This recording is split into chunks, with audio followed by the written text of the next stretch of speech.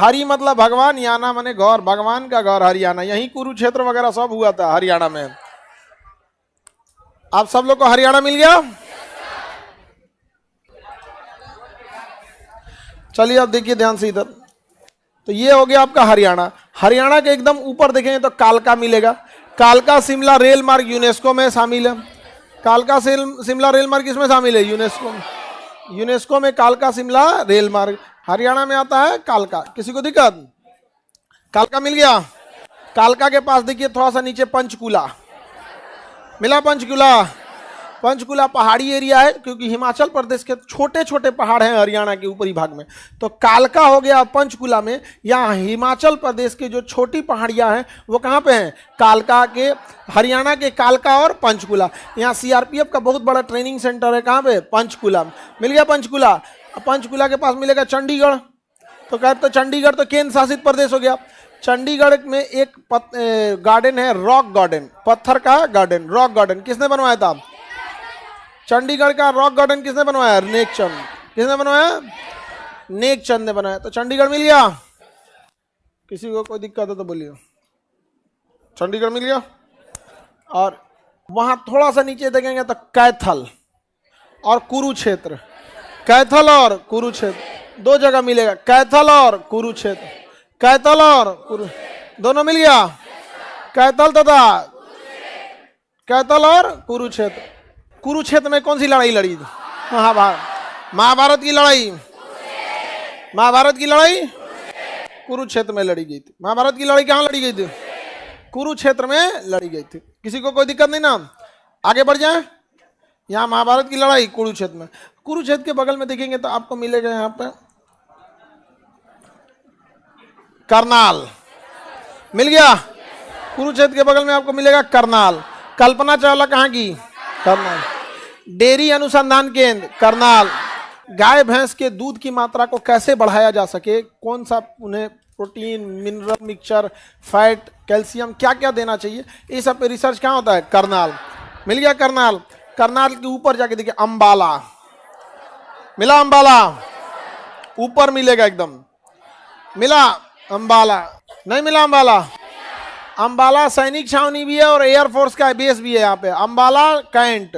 Cantt cantonment को, cantonment मतलब होता है सेना की छावनी। कंटोनमेंट मतलब क्या होता है? सेना के।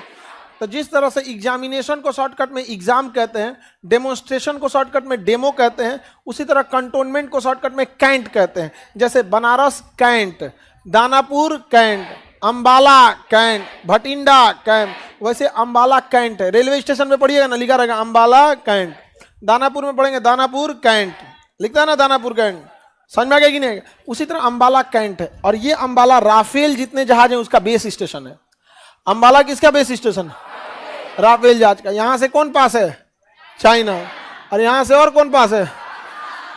तो बेस स्टेशन कौन है? समझ में आ रहा है कि बेस स्टेशन क्यों बनाया है? दोनों लोग के लिए। आगे बढ़ जा। किसी को कोई दिक्कत? अंबाला क्या है? सैनिक छावनी। अंबाला सैनिक छावनी। तो हरियाणा में ज्यादातर शहर हरियाणा के ऊपरी भाग में आपको मिलेंगे। अब गौर कर रहे हैं, ज्यादातर शहर कहाँ मिलेंगे? ऊपरी भाग में। अब एक चीज नीचे है, ये ध्यान से मेरी ओर देखिए।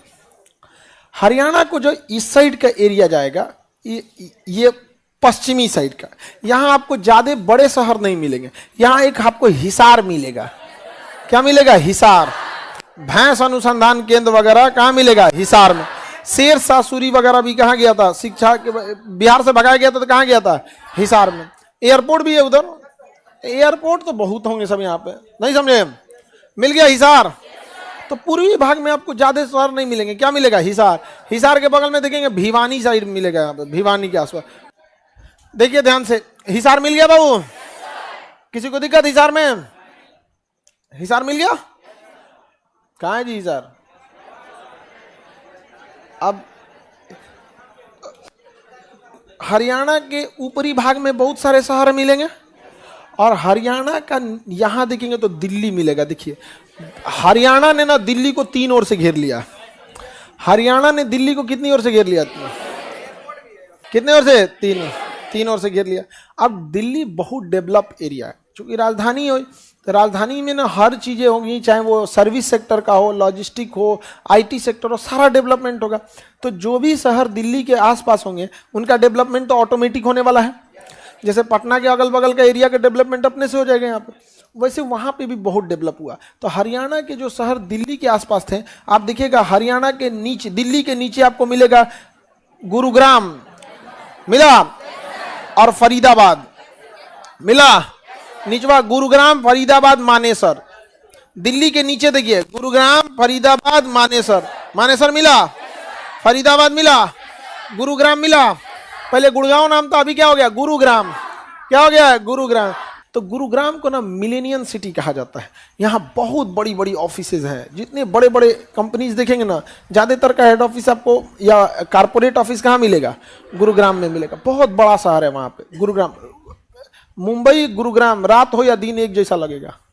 गुरुग्राम बहुत डेवलप शहर है। डीएलएफ कंपनी यहाँ पे बहुत ज़्यादा इन्वेस्टमेंट की है। यहाँ पे बड़ी बड़ी आईटी सेक्टर की कंपनी, ये सब कहाँ मिलेंगी, सब गुरुग्राम में मिलेंगे। वहीं पे आपको मिलेगा नीचे फरीदाबाद, कौन जगह है फरीदाबाद। अब देखिए गुरुग्राम में ऑफिसेज चली गई, अब फरीदाबाद में फैक्ट्रीज चली गई। ऑफिस कहाँ खुल गया, गुरुग्राम।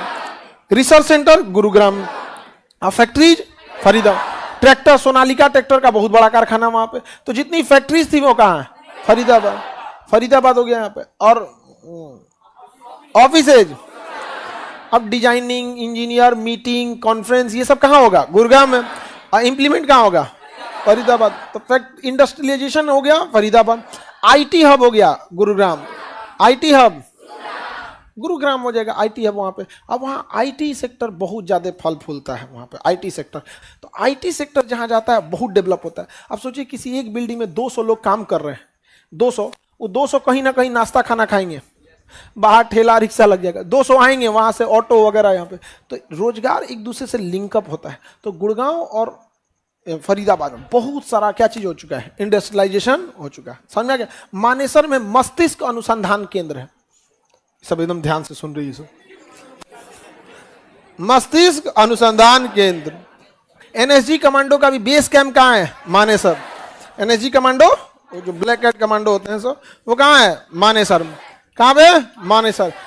किसी को दिक्कत, कौन जगह हो गया, मानेसर, कोई दिक्कत नहीं ना। अब दिल्ली के ऊपर देखेंगे तो सोनीपत और पानीपत, सोनीपत और पानीपत दिल्ली के ऊपर मिलेगा। कौन जगह, सोनीपत और पानीपत। पानीपत का युद्ध हुआ था, पानीपत में कितनी लड़ाइयां, 3। पानीपत का प्रथम, द्वितीय, तृतीय। प्रथम युद्ध में बाबर को एंट्री मिला, प्रथम युद्ध में किसे एंट्री मिला, बाबर को। पानीपत के द्वितीय युद्ध में हुमायूं को एंट्री मिला। और पानीपत की तीसरी लड़ाई में अहमद शाह अब्दाली, मराठों की क्या हो गई, अंत हो गए। बहुत ही निर्णायक युद्ध लड़े गए हैं पानीपत और तराइन में। और दोनों कहाँ है, हरियाणा में। भारत का अखाड़ा कह सकते हैं हरियाणा को। शुरू से लड़ाई हुआ है वहां पे। महाभारत देख लो, रजिया सुल्तान देख लो। तराइन का प्रथम, तराइन का द्वितीय, तराइन का तृतीय युद्ध हो गया। पानीपत का प्रथम, पानीपत का द्वितीय, पानीपत का तृतीय। इतना मार काट हुआ है ना हरियाणा में, वहां के लोग अभ्यस्त हो गए हैं। तो देखिएगा पहलवान वगैरह ज्यादा कहाँ के मिलेंगे, हरियाणा के। तो जैसा रूप, अब हमारे किसान तगड़ा मिल जाएगा आपको बिहार का, लेके हंसुआ काटते हुए पंजाब तक चल जाता है खेती काटने, नहीं समझे। वही जगह जब था ना, दिल्ली पे कब्जा करने के लिए दिल्ली के पास ही युद्ध लड़ना पड़ेगा। तो दिल्ली के पास क्या हो जाता था, पानीपत, और नहीं तो तराइन। और वो मैदानी एरिया था, घोड़ा वगैरह को लड़ने में भी कोई दिक्कत नहीं होता था। अब जाके कोई हिमाचल प्रदेश में लड़ाई लड़ेगा, घोड़े बिछला जाएगा नीचे, धाए गिर जाएगा, जा सेनापति ढह गए